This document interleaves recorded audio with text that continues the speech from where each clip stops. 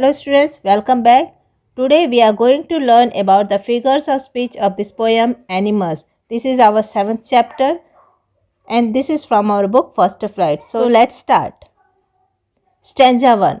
I think I could turn and live with animals, they are so placid and self-contained. Here I think I could learn and live with animals, they are so placid. We get the figure of speech hyperbole. Here there is an overstatement that the poet preferred to live with animals. And next one, I stand and look at him long and long. We find here repetition because the word long is repeated for poetic effect. Second one is alliteration. The sound of consonant L is repeated in the word look and long for poetic effect.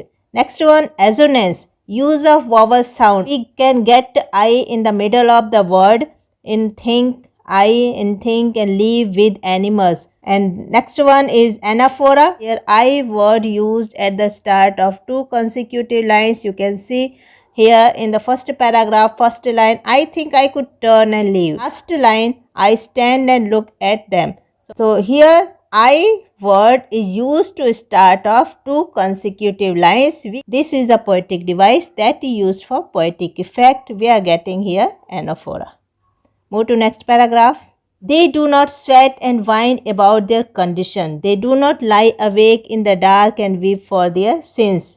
They do not sweat. We are getting litotes because use of negation to convey a positive meaning. So negation is used to convey an affirmative meaning that animal bear all their condition. So which figure of speech we are getting? Litotes. Next one, tautology, unnecessary use of words sweat and whine. You can see here sweat and whine. Both the meanings are same, but here it is used by the poet unnecessarily. So unnecessary use of words sweat and whine for the poetic effect.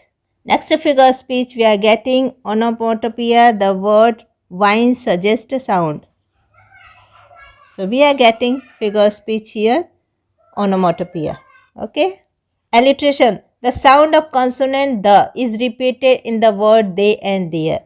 You can see the next figure of speech alliteration because the sound of consonant the here and there.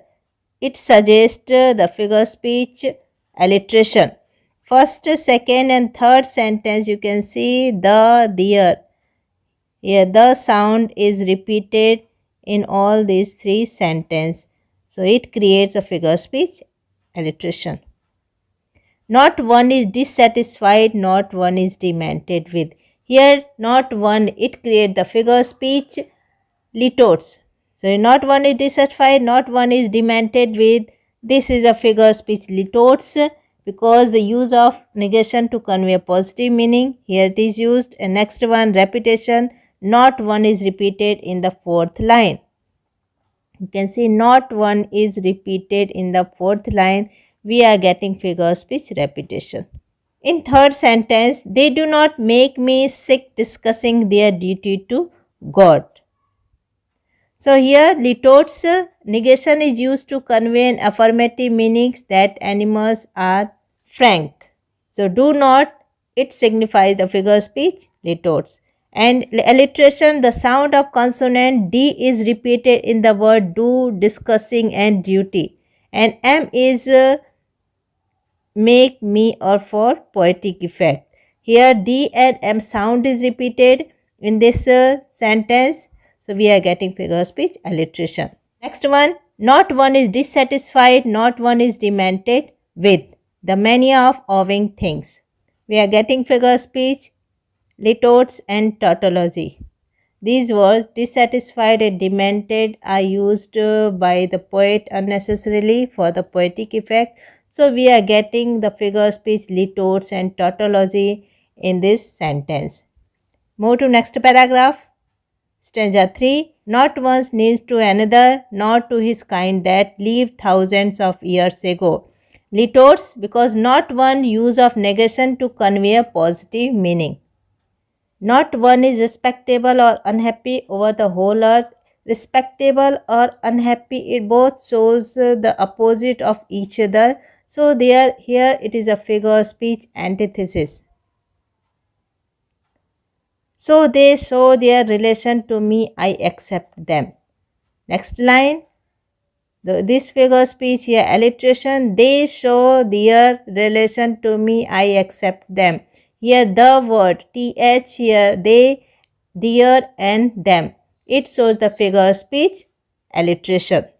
They bring me token of myself, they events. Here alliteration, they, their repeated consonant, especially in the beginning of the words. And metaphor, the inner qualities of humans are preferred to as tokens. Here in this sentence, they bring me tokens of myself, they evince them plainly in the possessions. Here we are getting figures with metaphor because here token refers the inner quality of humans. So which figure speech we are getting? Metaphor. Move to next paragraph.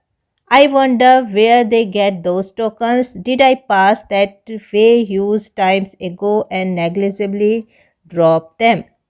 We are getting figure speech alliteration. I wonder where they get those tokens. We are getting the sound in they and those, the figure speech alliteration. And another one is metonymy because token shows the inner quality of humans.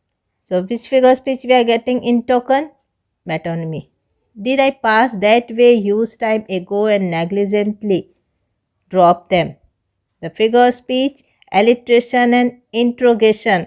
Alliteration, the sound is repeated in that, them.